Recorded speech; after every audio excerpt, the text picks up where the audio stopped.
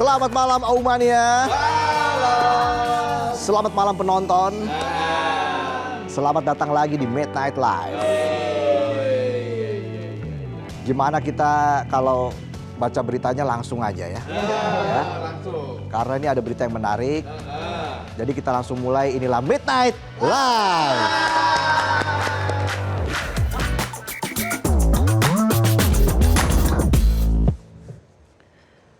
Berita malam ini kita akan bahas soal hak hidup dan hak menjaga kehidupan. Dalam banget ya. Iya. Tapi ya namanya juga hidup. Pasti berat. Iya. Kalau ringan namanya ciki. Makanan ringan. Iya. Jadi kita akan bahas soal aborsi yang masih jadi kontroversi. Di satu sisi ada pandangan bahwa janin punya hak hidup yang harus dilindungi. Di sisi lain ada perempuan yang juga punya hak penuh atas tubuhnya. Hak untuk selamat. Dan hak untuk menentukan arah hidupnya. Penonton juga harus punya arah hidup. Kalau bingung, lihat Google Map. Kalau lihat aturannya, aborsi di Indonesia pada dasarnya ilegal dan termasuk tindak pidana. Tapi boleh dilakukan untuk korban pemerkosaan dan kekerasan seksual yang usia kehamilannya tidak lebih dari 14 minggu atau kondisi kedaruratan medis yang mengancam nyawa. Masalahnya, sejumlah pasal yang mengatur tindakan aborsi dinilai masih meninggalkan kontroversi. Salah satunya pasal 251 di KUHP baru yang menyebut bahwa siapapun yang memberi obat atau menyuruh perempuan meminum obat untuk menggugurkan kandungan bisa dipidana hingga 4 tahun. Pasal ini dirasa bisa memberikan ancaman pidana bagi yang membantu aborsi termasuk tenaga medis walaupun dilakukan buat orang yang aborsi karena mengalami kekerasan seksual. Kan gak lucu, orang mau bantu tapi malah jadi tahanan. Jangan samain sama orang yang bantu megangin tangga pas ngambil mangga. Mana pas orangnya masih di atas, tangganya udah dilipat lagi. Akhirnya nyolong tangga tukang wifi. Habis itu dituntut masuk penjara. Kadang hidup memang kiding-kiding. Ya namanya juga hidup, seperti roda, kadang di bawah, kadang jadi ban serep. Tapi terbaru pemerintah dan DPR akhirnya sepakat bahwa pemberian obat penggugur kandungan tidak lagi dianggap tindak pidana jika obat diberikan kepada korban perkosaan atau kekerasan seksual yang mengalami kehamilan selama usia kehamilannya belum lebih dari 14 minggu. Atau jika ada kondisi medis darurat yang membuat aborsi harus dilakukan. Hal ini nantinya akan masuk dalam RUU penyesuaian pidana untuk mendukung KUHP 2023 yang akan mulai berlaku pada Januari 2026 mendatang. Dalam rapat pembahasan penyusunan RUU penyesuaian pidana yang digelar pada 1 Desember kemarin, pemerintah dan DPR menyebut ingin aturan soal penghentian kehamilan bagi korban kekerasan seksual lebih selaras, lebih jelas, dan memberikan kepastian hukum bagi korban maupun tenaga medis yang menangani. But the question is, pertanyaan, benarkah aturan ini bisa benar-benar memberi kepastian bagi para korban? Karena di sisi lain, banyak yang menilai bahwa aturan baru ini justru bisa mempersempit akses perempuan terhadap aborsi aman. Jadi permasalahan aborsi di Indonesia memang masih jadi kontroversi besar ya. Fokusnya bukan cuma soal pasal pidana tapi juga soal prosesnya yang masih penuh batasan. Ibarat lo pacaran, tapi aksesnya cuma boleh lewat cecetan aja. Telepon nggak mau, video call nggak mau, ketemu apa lagi? Kan jadi curiga, ini pacar gue manusia apa sim-simi? Tahu nggak sim-simi? Memang sudah ada undang-undang yang mengatur soal tindakan aborsi, tapi aturan itu justru dikritik oleh sejumlah pihak. Institute for Criminal Justice Reform atau ICJR menyebut aturan yang baru justru membatasi akses aborsi aman termasuk untuk korban kekerasan seksual. Karena hanya dipusatkan pada dokter spesialis dan rumah sakit besar. Yang jadi masalah banyak korban yang tinggal tanpa adanya fasilitas kesehatan yang memadai. Jadi jangankan buat aborsi yang masih jadi kontroversi. Buat minta paracetamol aja susahnya setengah mati. Jangan kayak penonton. Lagi minum kopi, kopinya panas nih. Kopinya dimasukin paracetamol. Biar cepet dingin. Biar turun panasnya. Ada gitu kopi meriang. Yayasan Kesehatan Perempuan atau YKP juga menyebut meskipun aturan baru terlihat progresif, tapi prakteknya masih primitif. Prosedur jadi lebih panjang, akses dibatasi, dan korban serta pendamping tetap ditempatkan dalam ancaman kriminalisasi.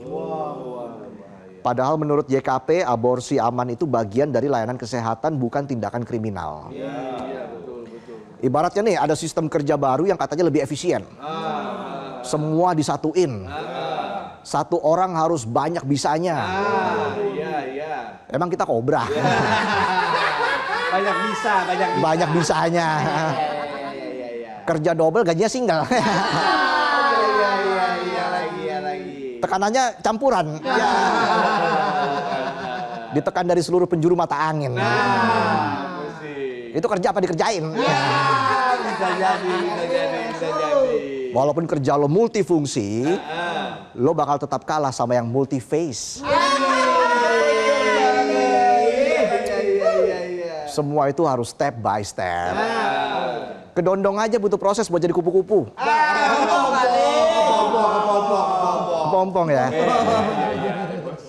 Lanjut lagi. YKP juga mengingatkan bahwa dalam kasus kekerasan seksual, kehamilan yang tidak diinginkan sering memicu trauma berlapis. Tapi bukannya dapat perlindungan, korban malah dapat stigma negatif. Akhirnya banyak perempuan jadi lebih memilih aborsi tidak aman, bukan karena keinginan, tapi karena keadaan. Organisasi Kesehatan Skora Simsa juga nambahin, tanpa regulasi yang jelas dan layanan yang bisa dijangkau, perempuan yang mengalami kekerasan seksual bisa terdorong melakukan apapun untuk mengakhiri kehamilan, bahkan jika resikonya tinggi dan membahayakan. Sudah banyak contoh rumitnya aborsi bagi korban kekerasan seksual.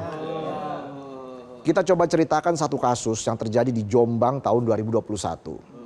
Saat itu seorang anak usia 12 tahun jadi korban kekerasan seksual oleh tetangganya sendiri yang berusia 58 tahun. Saat melakukan visum baru diketahui bahwa korban ternyata sudah hamil 2 pekan. Korban dan orang tuanya pun memutuskan untuk mengakses layanan aborsi aman sesuai aturan. Tapi proses di lapangan ternyata tidak semudah itu, Ferguson. Sulit. Pertama, tidak semua fasilitas kesehatan tingkat pertama mau memberikan surat rujukan. Selain itu, rumah sakit di Jombang juga tidak ada yang mau menerima pelayanan aborsi. Saat itu bahkan ada petugas fasilitas kesehatan yang malah meminta korban melanjutkan kehamilannya. Bayangin, anak 12 tahun hamil karena dilecehkan tapi malah disuruh lanjutkan kehamilan. Sementara itu, rumah sakit di Surabaya bersedia melakukan aborsi dengan syarat ada surat keterangan polisi. Tapi polisinya nggak mau keluarin surat karena katanya nggak pernah punya pengalaman bikin surat buat aborsi. Jangankan surat aborsi, surat tilang aja bisa nggak keluar asal bayar. Oknum tapi banyak juga polisi yang baik. Yang tidur juga banyak. Polisi tidur. Tor monitor ketua. Anggota mau lapor ketua. Akhirnya karena proses yang rumit dan konseling yang dilakukan selama hampir 3 pekan, kehamilan korban malah melewati syarat waktu yang ditentukan. Anak usia 12 tahun, korban kekerasan seksual itu pun akhirnya dipaksa melanjutkan kehamilannya. Kan kasihan anak kecil merawat anak kecil. Iya, betul. Ujung-ujungnya bayinya diadopsikan ke orang lain. Belum lagi kondisi mental ibunya. Miris, walaupun kejadiannya terjadi sebelum aturan baru muncul, tapi kalau sistemnya masih rumit, lambat, dan penuh stigma, maka korban tetap akan kesulitan mengakses layanan yang sebenarnya sudah diatur secara legal. Iya, betul.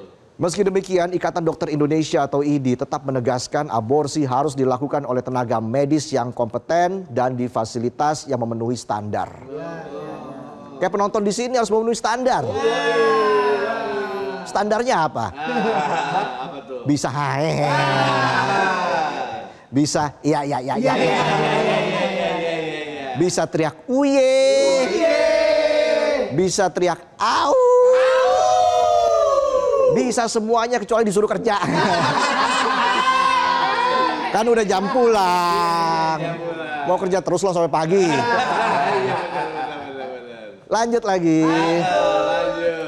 IDI bilang meskipun aborsi bisa dilakukan dalam kondisi tertentu, tindakannya tetap punya resiko medis serius. Iya betul, tapi masalahnya kan masih banyak daerah yang fasilitas kesehatannya tidak memenuhi standar. Betul. Jangankan buat aborsi, yang beneran mau ngelahirin aja sampai harus pindah rumah sakit 4 kali gara-gara dokternya nggak ada dan fasilitasnya nggak mumpuni. Bener tuh kemarin tuh. Iya. Di tengah temuan dan kritik terhadap aturan yang tinggal menunggu diterapkan, muncul satu pertanyaan. Apakah negara benar-benar siap melindungi perempuan atau hanya sibuk merapikan pasal tanpa melihat apa yang terjadi di lapangan?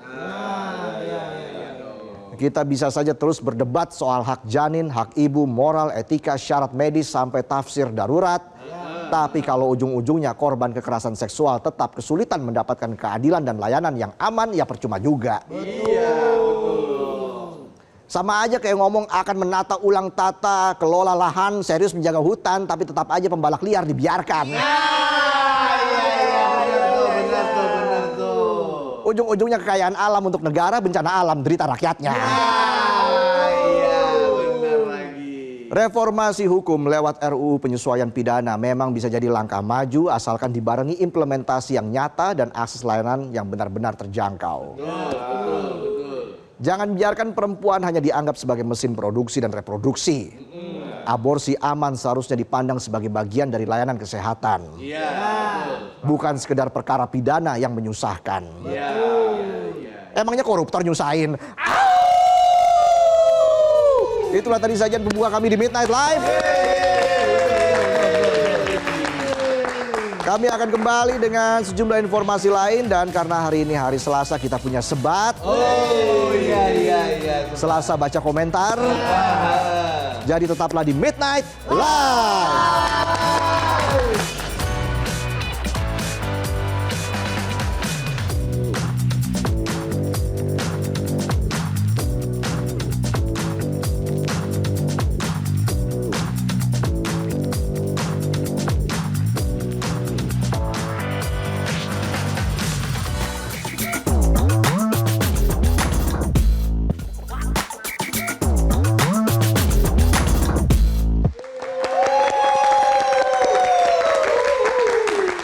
Kembali lagi di Midnight Live. Aumania mana suaranya?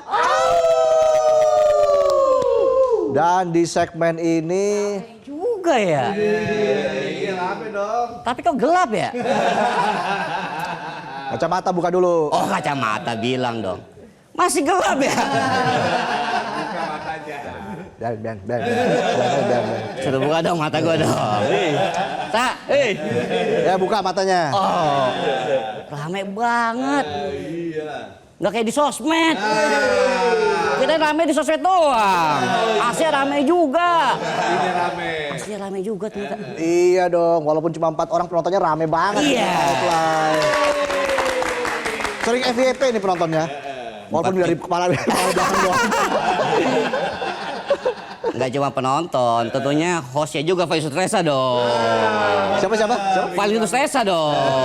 Hostnya cocok nih. Makanya kayak cocok nih jadi host seumur hidup. Penonton setuju nggak? Penonton setuju nggak? Bu Reza, lu setuju nggak? Menurut lo? Ya kalau lo nggak setuju, ya gua lah. Gih. Jangan dong. Gaji gua naiknya dikit. Ganteng banget pakai rompi segala ya. Lu dari Sanhok? Masa gini dari Sanhok? Dari Pocinki. Oh, dingin ya. PUBG. Iya. Kirain habis main paintball tadi. Ya, habis naik motor dingin banget. Oh. Ngalor ngidul aja, ngalor ngidul aja nih. Gimana? Kacamata dipakai lagi. Udah tahu gelap tadi. Tuh kan? Katanya saya kerenan kacamata. Oh iya. Ku buka kacamata. Iya. Maaf ganda. Ya udah deh. Daripada kita ngalur ngidul kayak begini, kita mulai aja ini dia. Sebat.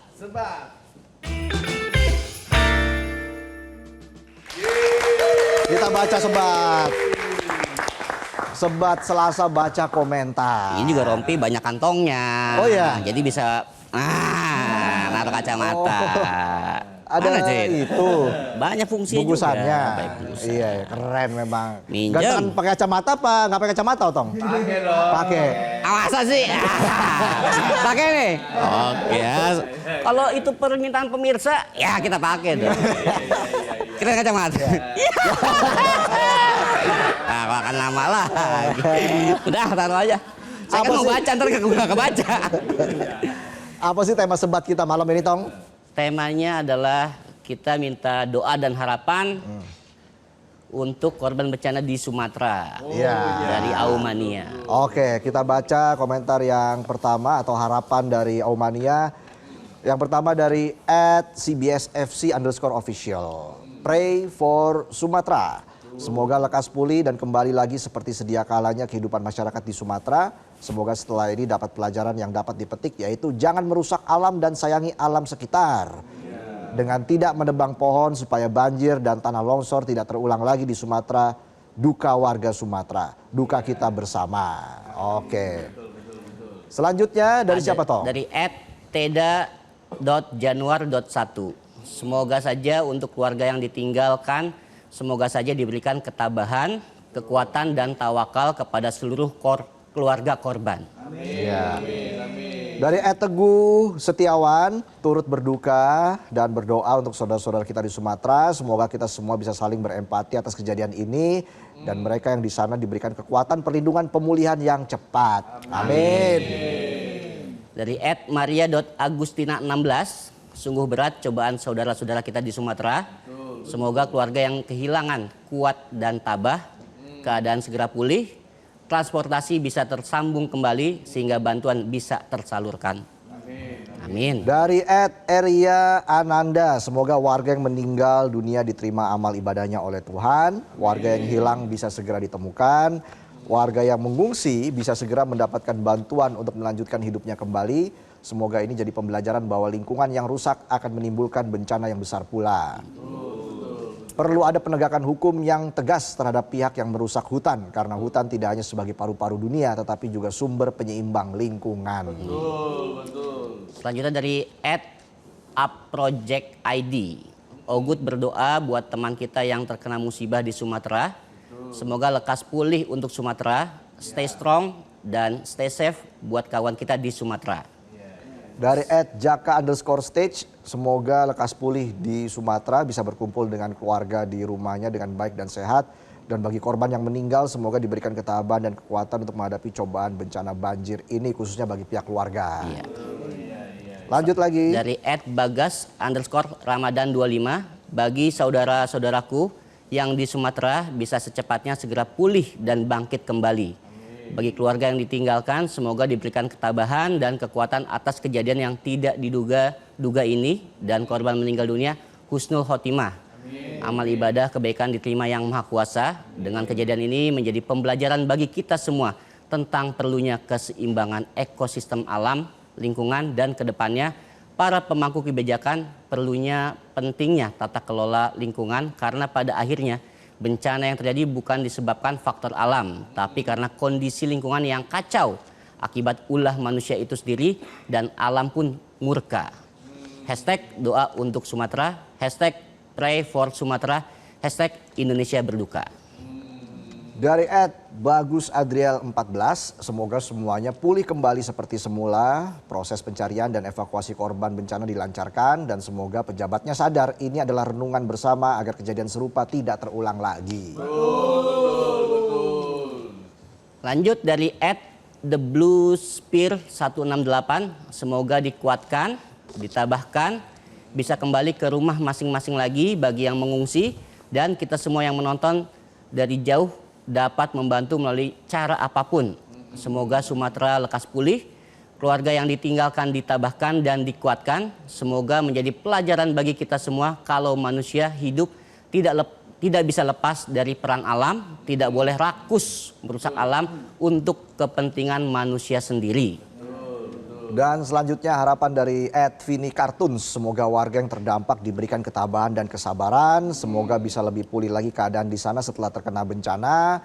Lekas bangkit saudaraku yang ada di Sumatera, kita semua bersaudara. Lanjut terakhir dari @RidoAryariyadi_21, turut berduka cita kepada saudara-saudara kita yang ada di Sumatera Utara, Sumatera Barat, dan Aceh.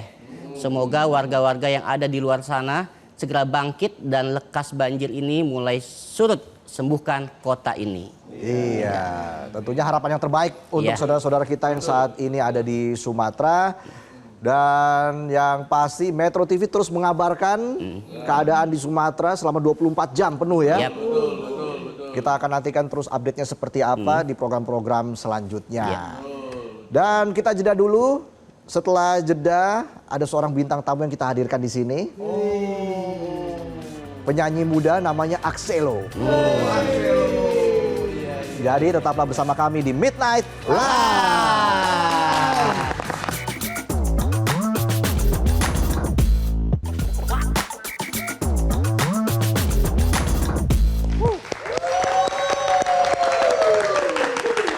Kembali lagi di Midnight Live. Aumania, mana suaranya? Langsung saja kita hadirkan bintang tamu kita pada malam ini, Axelo. Halo. Apa kabar? Sehat. Silakan. Yes, itu dia. Axelo sehat ya? Sehat Kak, sehat. Jadi nama kamu tuh Axel Hasian Nababan. Iya betul. Kenapa akhirnya memilih nama panggung Axelo? Jadi waktu itu awalnya harusnya nama aku tuh El Axelo nama panggungnya. Ada L-nya? Ada L-nya. Cuman biar lebih mudah diingat aja. Jadi namanya Axelo dan hasil diskusi sama kakak-kakak juga begitu. L-nya tuh apa? Kan nama Axel kan belakangnya L Kak. Akan lebih mudah dipanggil kalau L kan gitu. Oh gitu, Cuman L biar Axelo. Iya, biar lebih gampang diingat. Akhirnya kita pilih nama Axelo. Berarti ini akan terus kamu pakai dimanapun ya? Dimanapun. Nama Axelo ya? Dimanapun betul. Sejauh ini bagaimana kamu menikmati dunia musik Indonesia? Apakah kamu mengalami kekecewaan atau justru sangat fun di sini? Jujur sangat fun karena aku tuh main musik dari kecil Kak, dari umur 12 tahun kurang lebih. Jadi untuk bisa terjun ke dunia musik itu adalah sebuah mimpi yang akhirnya bisa tercapai. Oke, orang tua musisi juga? Enggak, tapi mereka penikmat Kak, suka banget musik. Papa apalagi gitu. Papa yang justru ngenalin kita ke dunia musik gitu. Jadi influence musik kamu dari mana tuh? Dari papa. Dari papa? Dari papa. Dulu tuh papa tuh hobi banget main gitar setiap hari Sabtu pagi. Karena kan ketemu semua keluarga kan libur dan segala macamnya. Pagi-pagi kita main musik bareng. Apalagi abang juga main musik, main drum kan dulu. Jadi kita suka jamming di rumah gitu, main musik aja. Gitu. Kamu asli Medan ya?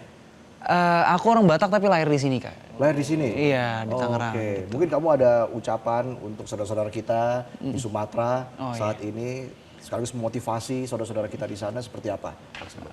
Buat saudara-saudara yang ada di Sumatera, semoga Tuhan tetap jaga kita, walaupun ada musibah yang sekarang lagi melanda, tapi aku percaya Tuhan akan gantikan semuanya dengan lebih baik nantinya. Semangat terus. Semoga Tuhan memberkati.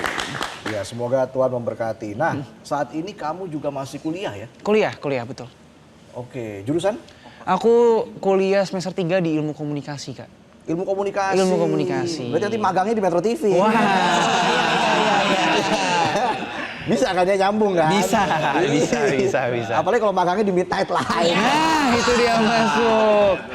Jadi narasumber terus nanti. Kalian butuh tambahan host gitu, Kak? Boleh. Kita banyak, kita lagi nyari host banyak lah pokoknya. Masa saya jadi host seumur hidup kan nggak mungkin ya. Kayaknya nanti penggantinya aku gitu, Kak. Iya, pokoknya apa aja bisa lah di sini. Nyanyi sambil kuliah itu nggak ganggu kuliah?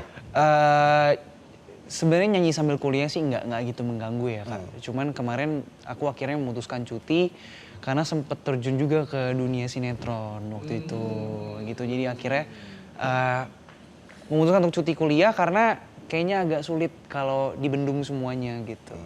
Jadi kuliah, terus nyanyi, terus sinetron. Kemarin stripping juga. Wah, Jadi memutuskan untuk banyak kuliah. ya. Iya, gitu.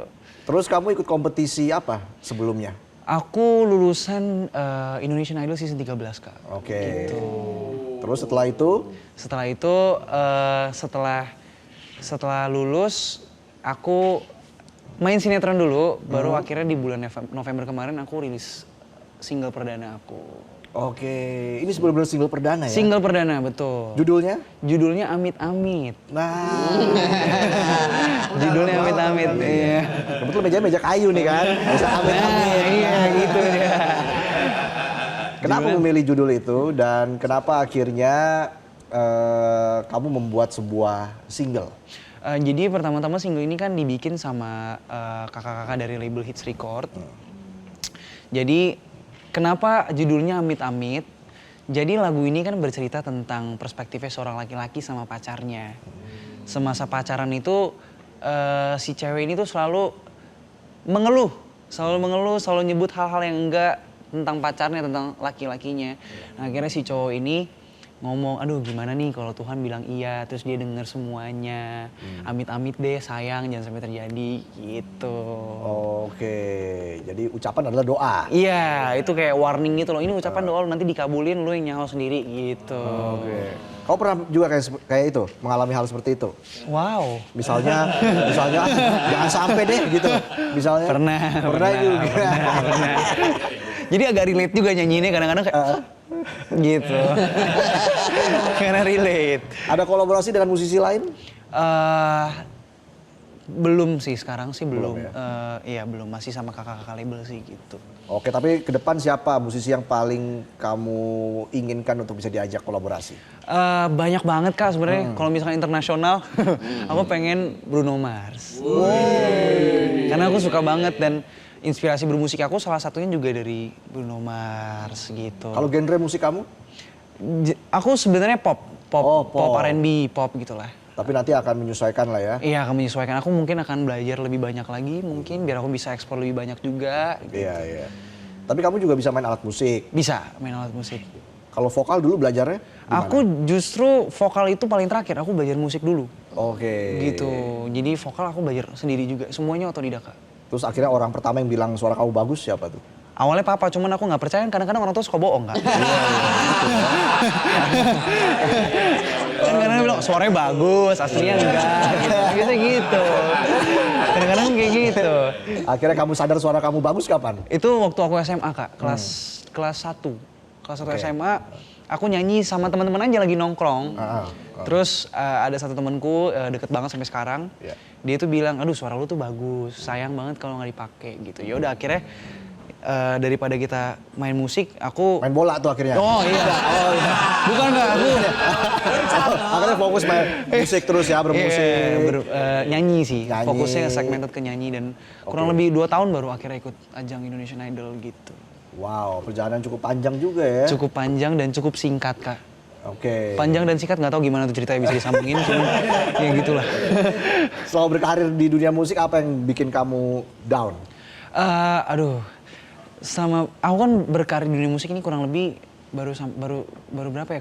Kurang dari setahun gitu, Kak. Karena kan ajang Idol kan baru selesai bulan Mei kemarin. Iya.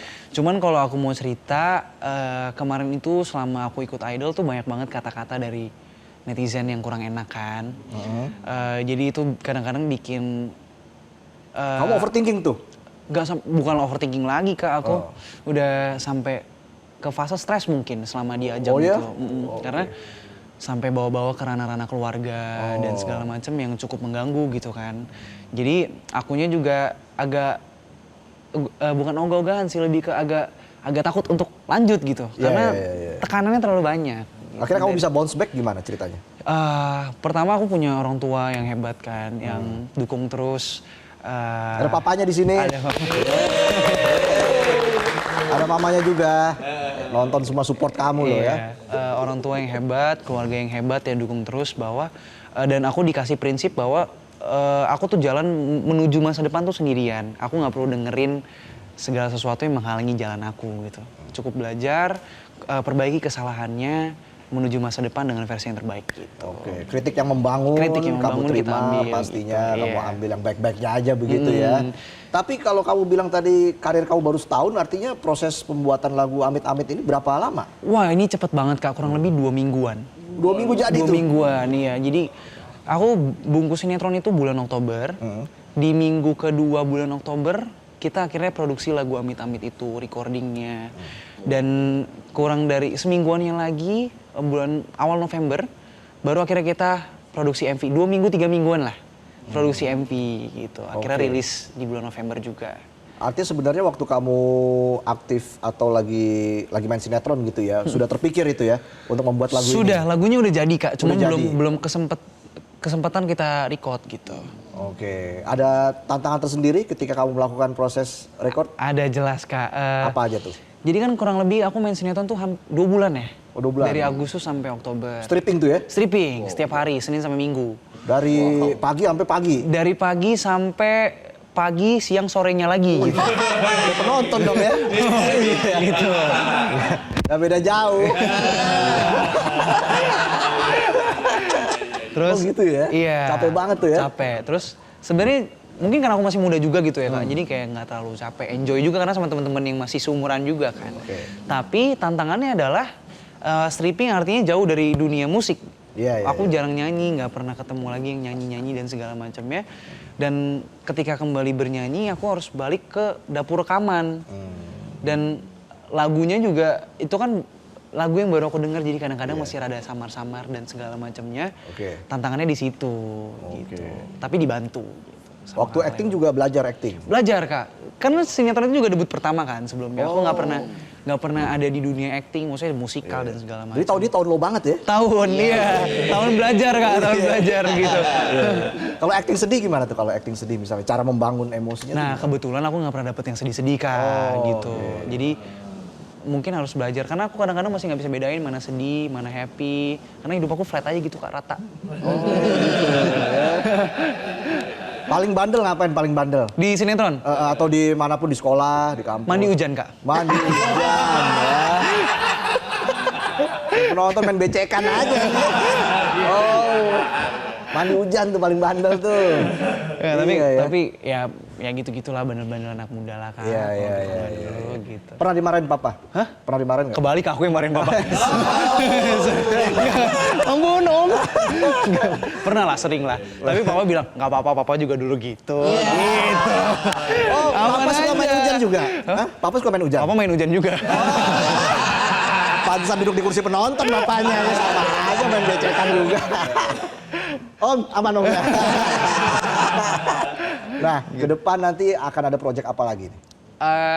Jujur aku belum tahu ke depannya, kan ini udah akhir tahun juga kan Kak. Kita harus susun plan buat tahun 2026. Iya.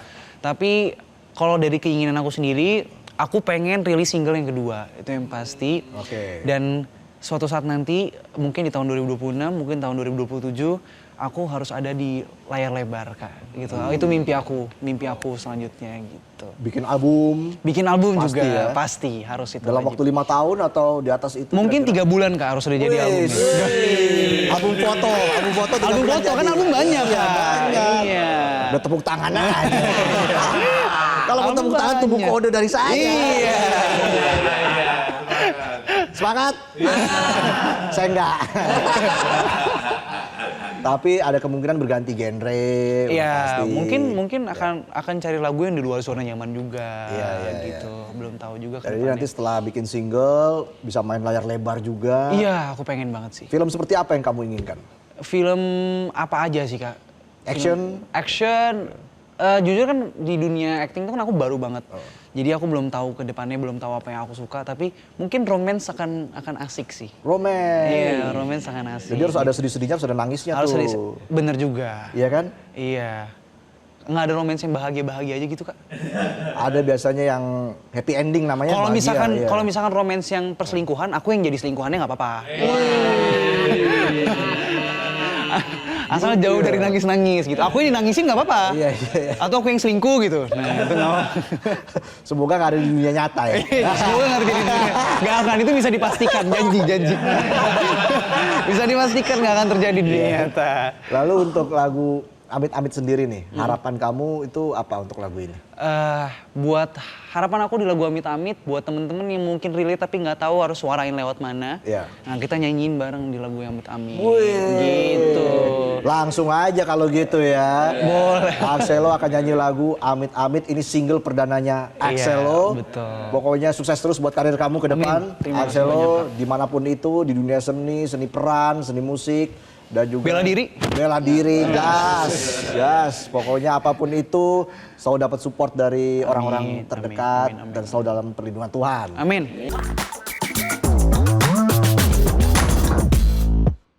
Jelajahi cara baru mendapatkan informasi. Download Metro TV Extend sekarang.